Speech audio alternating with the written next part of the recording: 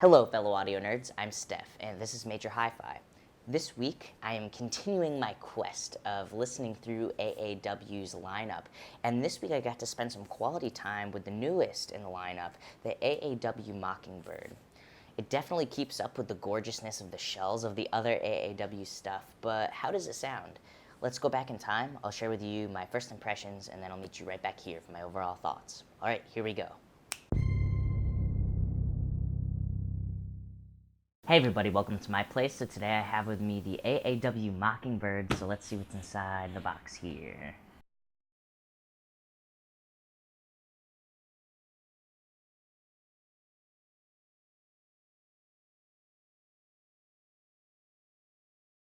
Alright, so as you'll see here, a number of different accessories. First things first, we've got this warranty card, documentation card. There are an assortment of ear tips here. Looks like we've got just kind of like a normal silicone. We've got a 2-flange tip. We've got some foam tips in here.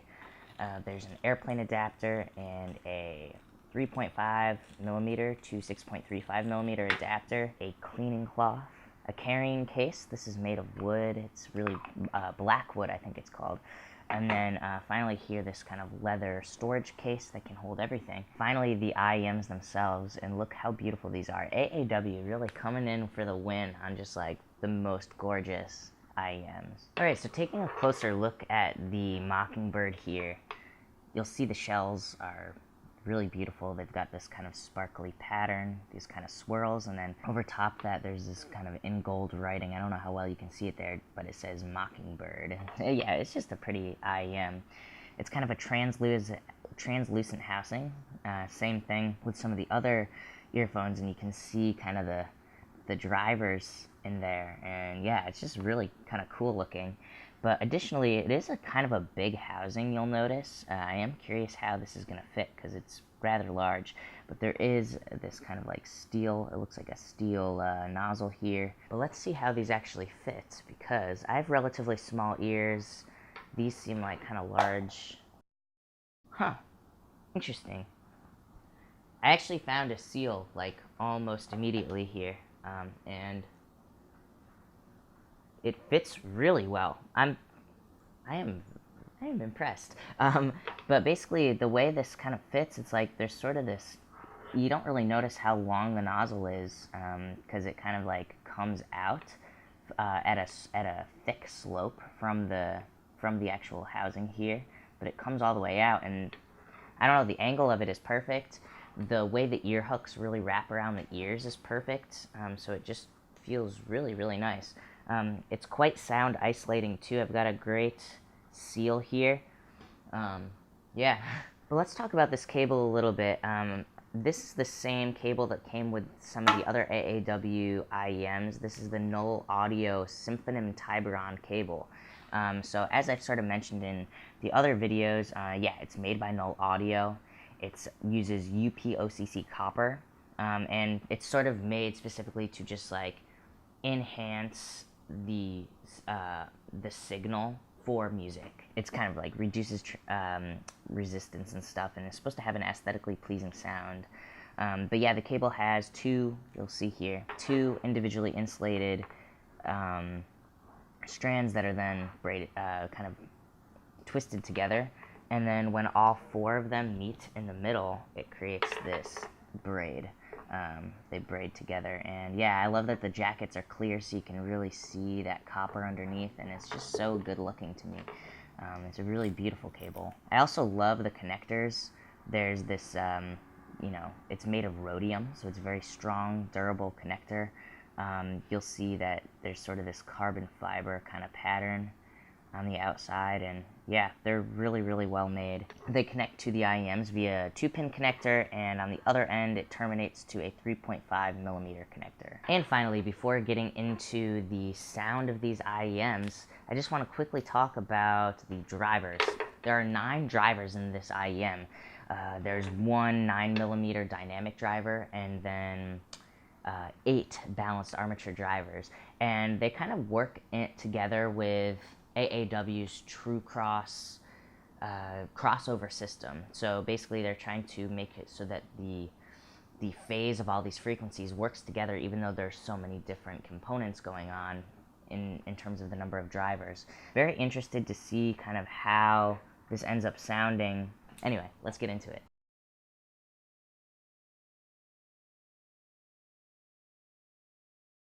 Alright, I was just listening to the song I'm Callin' by Tennis, and the low frequencies have this really beautiful feeling of naturalness to them. They have great extension. The kick drum had a really nice feeling of extension, yet still kind of had a little bit of that punch, but overall it's just like those frequencies just kind of felt realistic. Like I could hear the overtones of the kick in the room with this song, which I usually don't hear as much. And then additionally, I thought the kick and the bass guitar worked really well together. They didn't step on each other's toes, and yet they formed this really kind of like thick, solid sound down there. So when they both move together, it's just super groovy. I like it.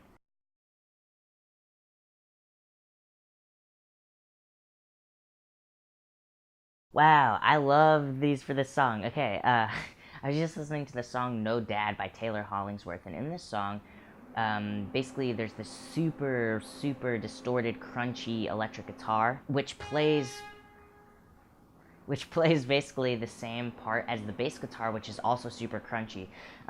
Now, because of the nature of that distortion, sometimes the guitar can sound a little bit thin if it's not full enough in the middle part of the mid range. But yes, the mid range felt super nice and thick, and it really created this amazing energy for those guitars.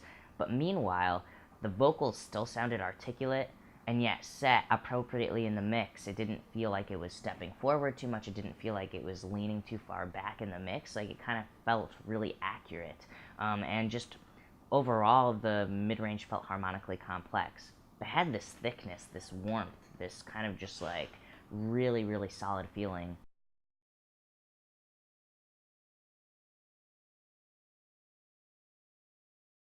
Wow. Um, the high frequencies of these are really gorgeous. I was just listening to the song Quizás, Quizás, Quizás by Pink Martini. And the thing that makes me so attracted to the high frequencies here, is that there's lots of air and prettiness to the vocals, to the shaker, to the guiro, all of those things. And yet there's kind of this smoothness to the high frequencies too. And it's also bringing to life for me like the way the shaker moves, the way the drums kind of move, the way the different instruments come in and out. The timing is so interesting because I wouldn't necessarily describe these as like a fast IEM, and yet there's definitely something with the timing with those notes that makes it very aesthetically pleasing, and also just really emotive in certain moments that is very unique. I wonder if it's something to do with these cables. I don't know. That said, I felt like the vocal had a really beautiful feeling of articulation. The vocals felt very clear, and yet there's also this really pretty airiness to it that kind of gave it extra emotional impact with the breath of her voice. There wasn't as much texture in the high frequencies, but it did have this beautiful air that just kind of gave it dimensionality.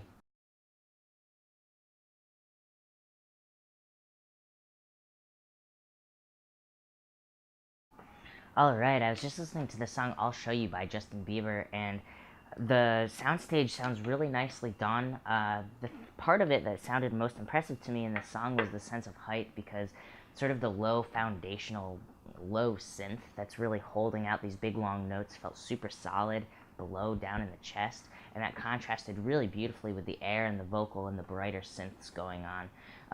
And then in between those two spots, it really felt very specific where the other instruments were placed in spaciousness.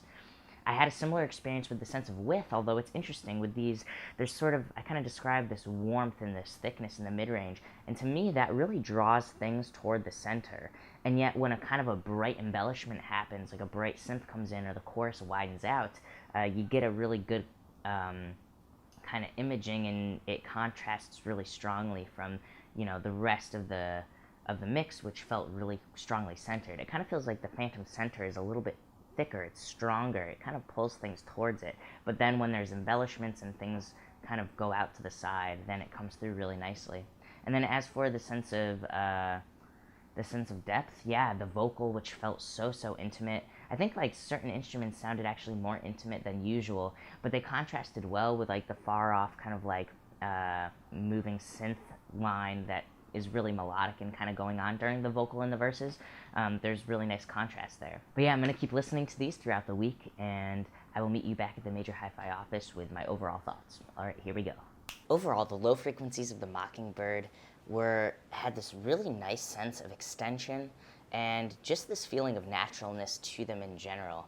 Now, I know some of you will probably ask about a comparison between this and the Solaris, and actually, at least for my auditory memory, I will do a comparison review for you, but at least from my auditory memory, the low frequencies really reminded me of each other, just in the way that I remember the Solaris sounding down there. There's sort of this extension to it, a little bit of vagueness actually in the Solaris, but with this one, you still have that extension, and you might start to feel that vagueness, but there's this something that really kind of brings it a little bit tighter than that, and it ends up coming across in kind of a punchier way. Then as for the mid-range of the Mockingbird, there's this really great feeling of harmonic complexity to it. It feels very even in the low mids and the middle part of the mid-range, and yet there's sort of this warmth to it as well that makes it sound like very aesthetically pleasing while also being really even and realistic sounding.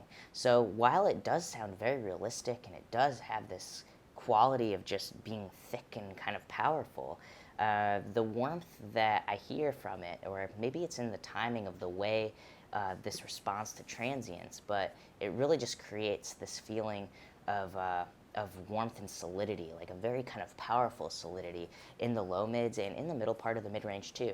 There is a little bit of a boost in the high mids, and this kind of brings a little bit of added articulation.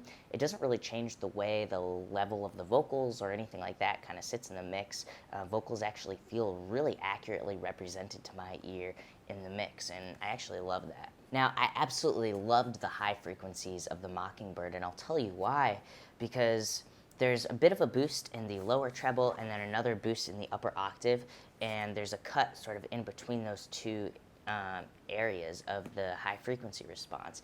But what it really does is it gives you this beautiful detail for vocals, a beautiful sense of air, and just like really skips all the harshness that would come from that. So there's no sibilance at all, but you get all the qualities of a vocal that you really want, the airiness and the, sort of the articulation that you want. This IEM on the website for AAW is kind of marketed as both an audiophile, kind of neutral sound signature, good for audio engineers and that kind of thing. And this is the one area where I'm like, this would not be good for an audio engineer, because if you need to know if your voice is harsh, it might not come across accurately with this because of that little bit of a cut. But that said, in terms of like audiophile grade, yeah, this is absolutely gorgeous vocals, and definitely one of my favorite qualities of the IEMs in general. Lastly, the soundstage for the Mockingbird was super interesting, and the most interesting part about it to me was the feeling of width. Now, because the middle part is very warm and thick, it really kind of draws things to the middle.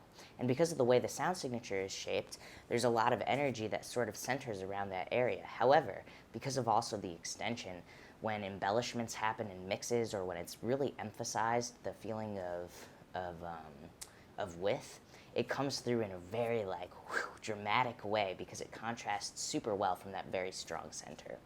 Likewise, there's this really nice sense of depth there.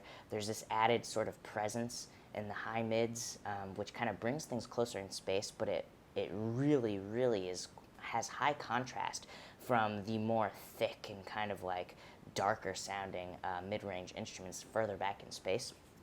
And finally, the feeling of height is really nicely done, because you get this really beautiful kind of emphasized feeling of extension in the low frequencies, and then that added sort of emphasis in the upper octave, and it really creates this super tall kind of image of the sound. Overall, the AAW Mockingbird is going to be a great option for those of you that like a nice thick mid-range, and also kind of really like the vocals to be how I've described, which is, articulate and yet really airy and pretty, not harsh at all. But that said, I think it's actually a very versatile IEM, because while I loved it for rock music and pop music, I thought it also sounded absolutely gorgeous for jazz and for classical too.